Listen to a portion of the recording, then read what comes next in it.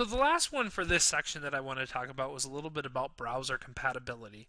Something we often forget because we tend to be people that if we're working in SharePoint, we tend to also have either Internet Explorer or Firefox as our browser of choice.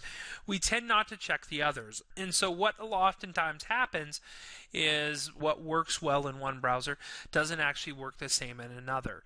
And so a lot of times what you need to be doing when you're building, especially if you're building custom apps in SharePoint or doing any of that kind of stuff, is you need to do some cross browser compatibility testing.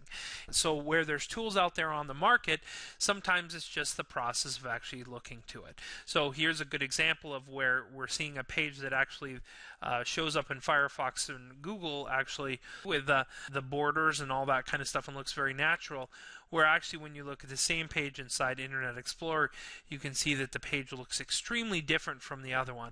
And this is probably because of some of the HTML tags, maybe some of the style sheets, the way they're used, and all the different pieces. And albeit browsers have tried to get better parity with one another so that they're very similar, there's still a lot of differences out there.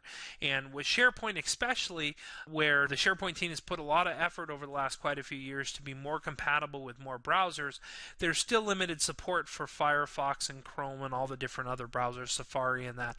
And so you want to make sure that if you're doing a SharePoint site, that you're testing it in all the different versions and actually seeing what it is and how it's going to work.